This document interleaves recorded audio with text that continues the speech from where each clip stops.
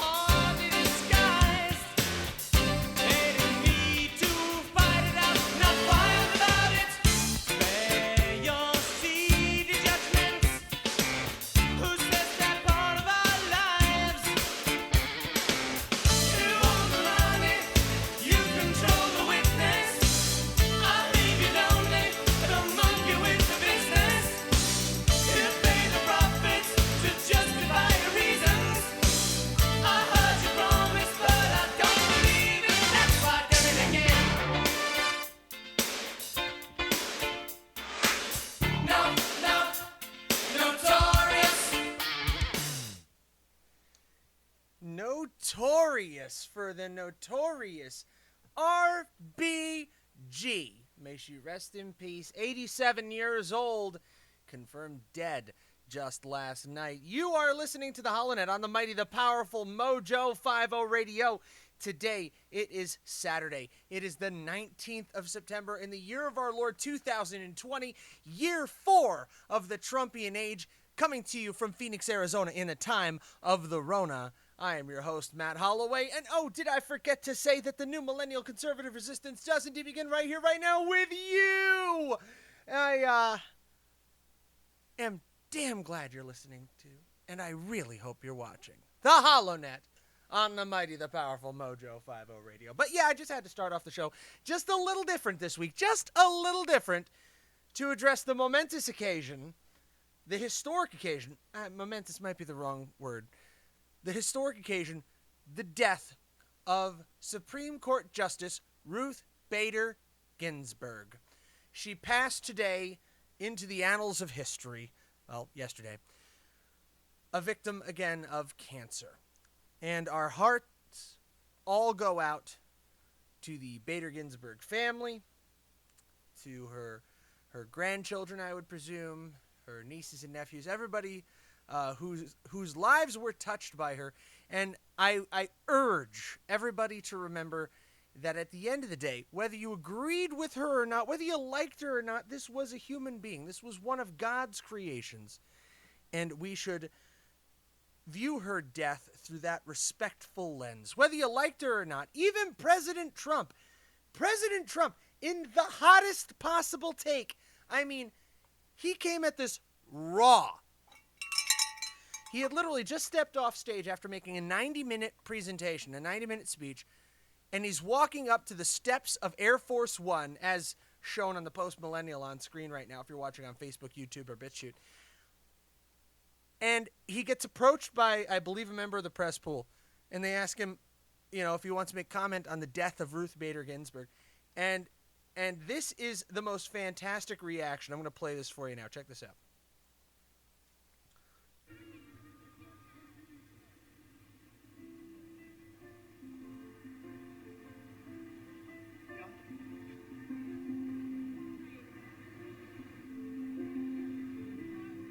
Died? Wow. I didn't know that. You're telling me now for the first time. She led an amazing life. What else can you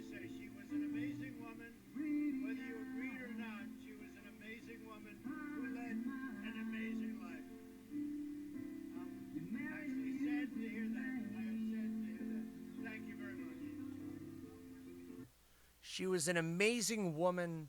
She led an amazing life, whether you agreed with her or not. And I'm very saddened to hear that.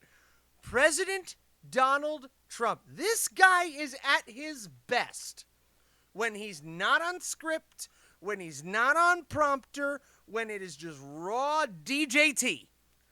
And you see the hands go up like this. That's a Trumpism. That's Donald Trump body language. It's, I don't know. But the hands go up, kind of a defensive gesture, like I'm not really prepped for this. I didn't read into this. Handled that excellently. I mean, this is how you handle the death of a political opponent, with grace, with poise, and with natural human empathy. For all the bad crap, for all the they like to talk. Hang on. Why am I not getting that? Oh, yeah, I'm stupid. Okay. For all the they talk about President Trump, I will get the hang of censoring myself someday, I swear. They always talk about how he isn't very, empathetic, how he's unfeeling, he's cold, he's irrational. This was a very rational act, very compassionate moment, a tender moment, if you will, with the president, going, oh, I didn't know she died. Oh, I'm sorry. And I mean, it was human. It was human. And how seldom do we see that in politics anymore? Where it's not scripted. Nobody wrote this. This wasn't agreed upon. This wasn't tested with focus groups. This wasn't a speech that was written by an unpaid intern. This was a human reaction where you're going, oh, I didn't know. Oh, that's too bad. I'm sorry to hear that. It's how it is. Expertly handled by President Trump. Now, of course, all throughout the Twitterverse and all of social media and all of mainstream media, the rage has commenced. With people like Reza Aslan, the somewhat disgraced former CNN personality, saying that if they try to fill her post, we'll burn it down. I'm not exactly quoting there. Let me not be lazy about this. Let me quote the man correctly,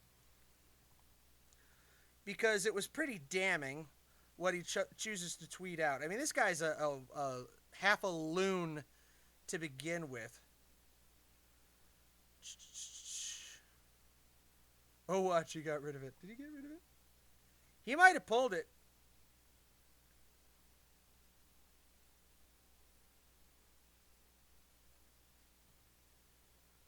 Yeah, I think he pulled it. I think he might have pulled the tweet. It was bad. Let me see here. Here we go. This has got 26.1 thousand comments, 10.3 thousand retweets, 8.3 thousand likes right now. Okay, so fair to say that's been ratioed. If they even try to replace RBG,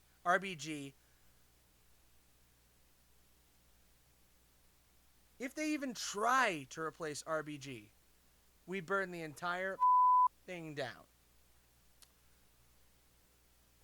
Hold up.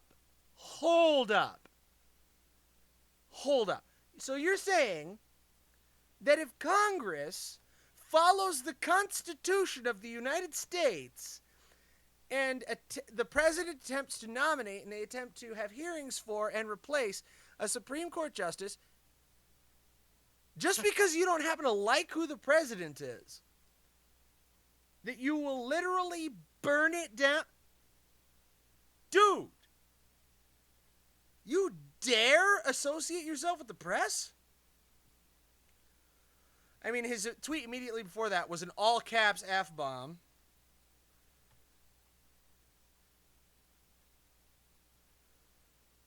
And I mean, you know, people like Amanda Littman saying, may her memory be a revolution. This is insane. Best Calbs, vote like she's effing watching. Samantha B, this is it. It's the effing fight of our lives. Yeah, you're not kidding, except it's not the effing fight of your lives, honey. It's the fight for a lot of unborn lives, because this is probably the greatest opportunity ever for Roe v. Wade to actually be overturned. But I want to direct your attention to a couple of things. First, I want everybody to check out uscca.com/Mojo50. You heard me right. USCCA. Close your eyes and think really, really hard about the people you care about the most. Just picture them in your head for a second. Just for a second. Imagine every detail. But they're scared. There's something else there. Something bad. And it's going to hurt them. Your loved ones call out your name, but they're all alone. There's nothing you can do. Now stop. Take a breath. Imagine that same scenario. They're starting to get scared, but now you're there. You're in between them and the evil. You stand in front of them with a hand outstretched, ready to stop the threat. Protecting your loved ones isn't a dream. It's a real-world responsibility that requires commitment and dedication. Go beyond your commitment and get the life-saving self-defense resources you need to protect your family today and every day. Learn more about becoming a member of USCCA, that is the United States Concealed Carry Association, by visiting uscca.com/Mojo50. You have different levels of membership on there. You know, they gave you great information about what you should know before carrying a gun, the secrets of responsible gun owners, and USCCA's job is to defend you if and when you have to pull that trigger. There's a lot of great information on here. Now, USCCA sponsors Mojo50 as a whole, Mojo50 Radio. So they're a new sponsor for Mojo50, the network as a whole. Would love for you to check them out. Go to uscca.com/Mojo50. Check it out today. Membership, gold membership is $22 a month. Platinum membership is $30 a month. Elite membership is $47 a month. Right now you have an exclusive offer. You can win a Kimber Ultra CDP, or you can enter to get the grand prize getaway to Las Vegas. But either way, check this out. It's a fantastic new sponsor of the whole network, Mojo50 Radio, uscca.com/Mojo50. Now, there's a fantastic story out there. Because, by the way, as of this hour, as of the extreme early morning hours on the East Coast of the 19th, it's already come out that Mitch McConnell says the Senate will vote on a replacement for Justice Ruth Bader Ginsburg. However, as you would absolutely expect and predict, the quote-unquote moderates of the Senate, the two Republican senators, Senator Lisa Murkowski of Alaska and Senator Suzanne Collins of Maine, have already indicated that they will not vote for a Supreme Court nomination until after the November election. It is Kavanaugh and Gorsuch take 3, basically.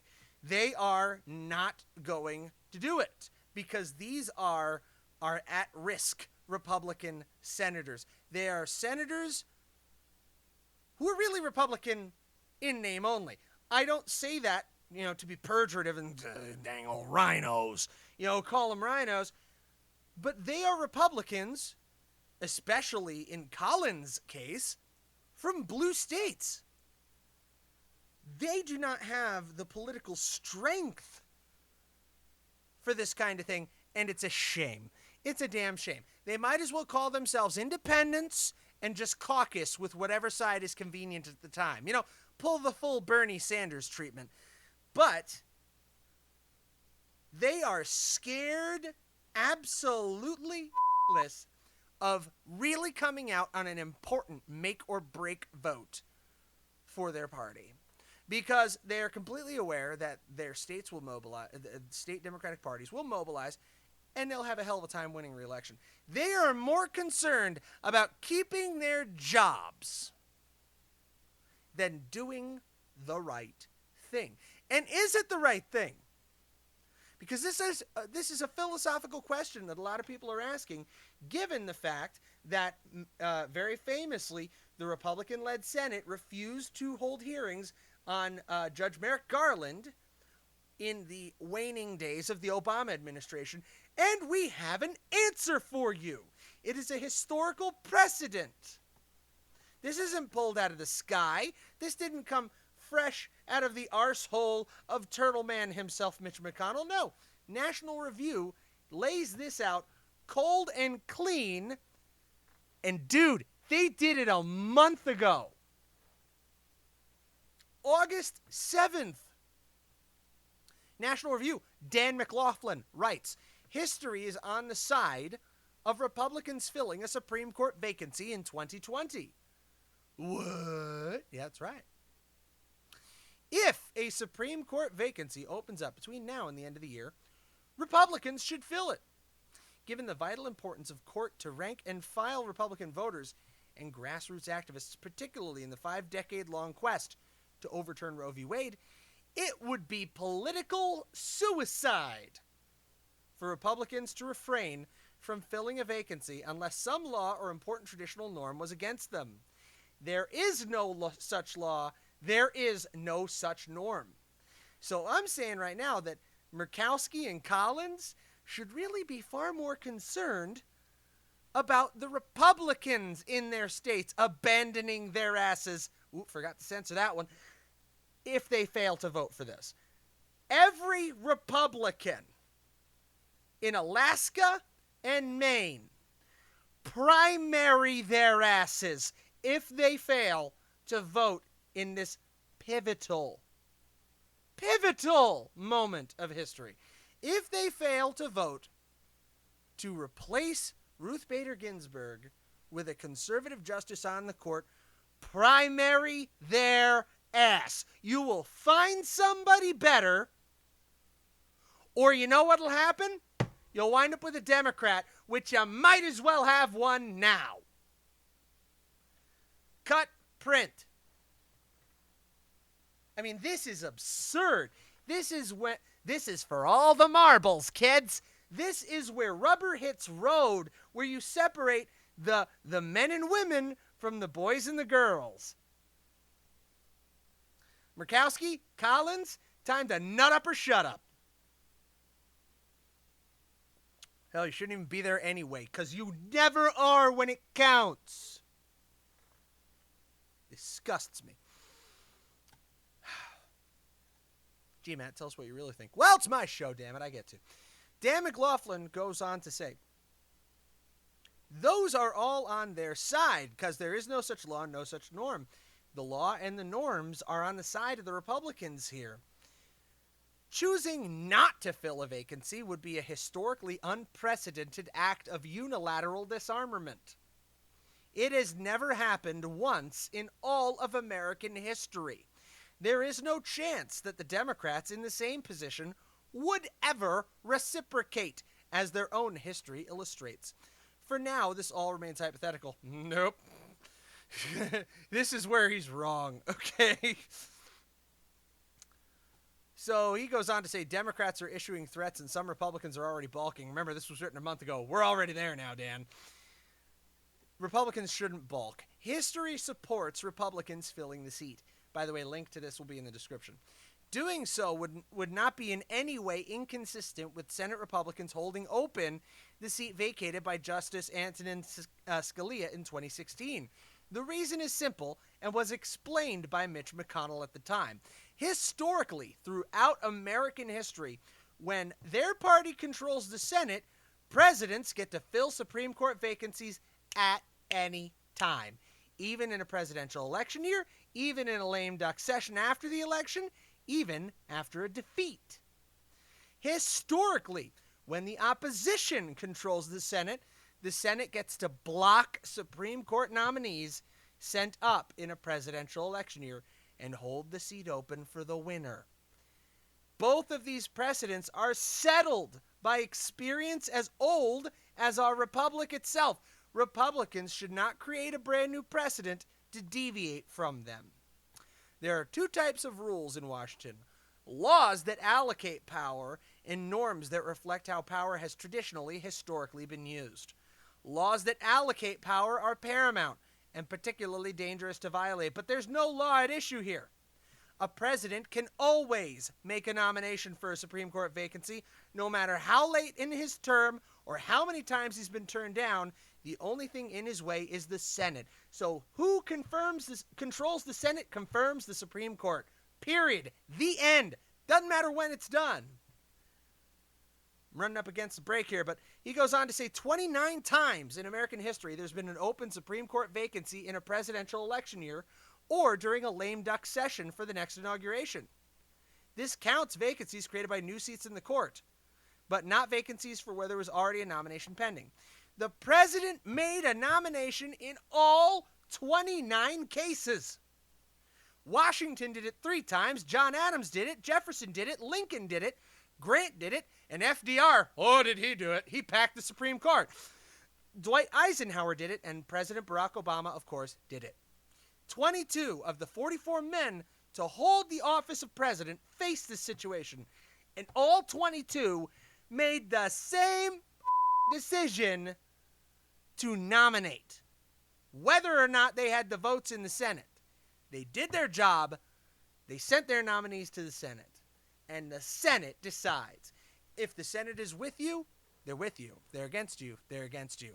In the end, it's up to them. So don't let the left and the progressives make it seem like the Republicans are doing something untoward or something unprecedented or dishonest. No!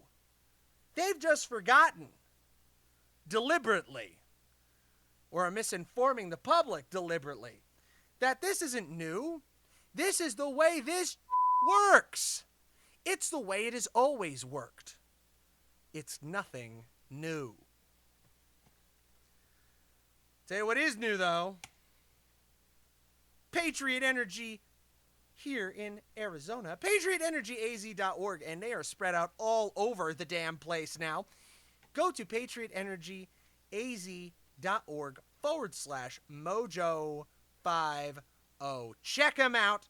They've got your 6. Now, by the way, in Texas, they have a huge team now in Texas, East and West Texas. Check online, PatriotEnergyAZ.org/Mojo50. Drop your name, email, phone number, address, current electric provider. Sign up for their list and also for their, consultation. This is a veteran-owned and operated company based here out of Phoenix, Arizona. Fantastic people. These are not greased-up, slick Rick salesmen. These are honest, hard-working men and women who have served our nation and are now looking to get you set up with solar power with no money down, save 30 to 40% on your electric bill, and own your power. Own the system. Be independent from the power companies. Declare your energy independence with Patriot Energy. Go to PatriotEnergyAZ.org/Mojo50. You will be helping Mojo50, you'll be helping the HoloNet, and you'll be helping yourselves, damn it.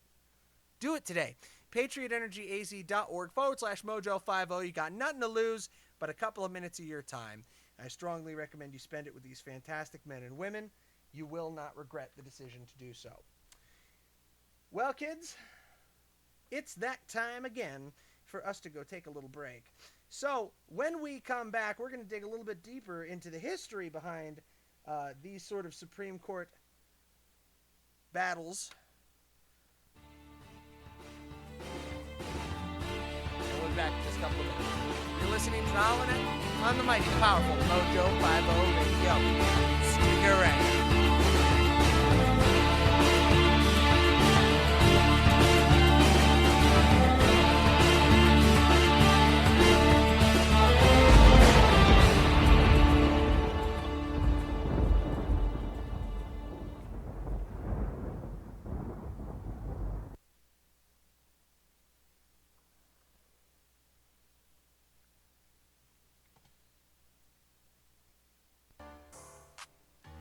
Hey, everybody, want to give you just a real quick shout out to check out the HoloNet store for all of your apparel needs. That's wonderful swag on here for you. Bryson Gray running in the background there. Check them out. We got t-shirts here. We've got long sleeve tees because it's starting to get chillier now. Got HoloNet socks. Got the HoloNet brand premium tank top. Men's and women's. All the sizes you can think of on here. Phone cases as well. Fantastic coffee cups. Really love those. Get your stickers, face masks, totes. And this is what Civil War II looks like. I like it a lot because it really does lay it out for you. This is what Civil War II looks like. Don't tread on me versus we will tread. Tell people what you think, all right? Now, if you scroll all the way down here, you have probably the biggest gem on here. HoloNet face mask. It's cloth mask, $14.99. This mask stuff, it's bullshit. Make sure you pick that up today. Go on theholonet.com. Click in the upper right-hand corner. It says the HoloNet store right there. You can get it that way. Or you can go on Teespring and search it. But it's a lot easier just to click it right here on the HoloNet. Link will also be down in the description. So please, it's a big help to support the HoloNet and everything we do here. We depend on your support. Check it out today. Go to the HoloNet store. Or you can also pick up your very own Constitutional Cigar by Sueño de Torres. It is about 45 minutes of aromatic freedom. Single for $8.95, 5-pack for $43.75, 10-pack for $89.95. You click the link here on theholonet.com, shoots you right over to sueñodetorres.com, where you can place that order today. Get her done. Everyone needs a Constitutional daily. It's a Connecticut wrapped Toro cigar, Dominican tobacco, hand rolled in Tampa, Florida. All right, done shilling. Thank you for your support. Back to the show.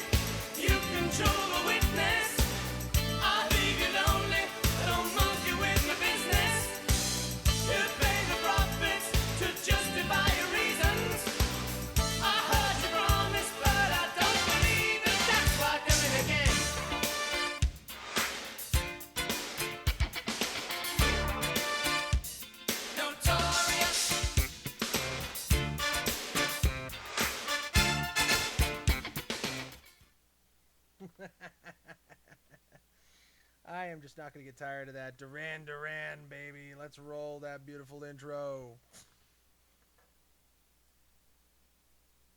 Oh, wait. Helps if I turn up volume, right?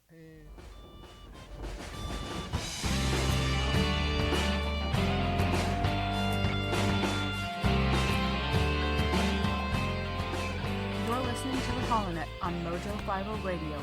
The millennial conservative resistance begins right here, right now.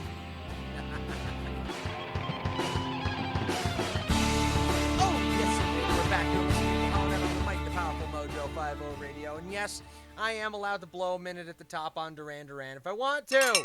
I'm a grown-up. I'm an adult.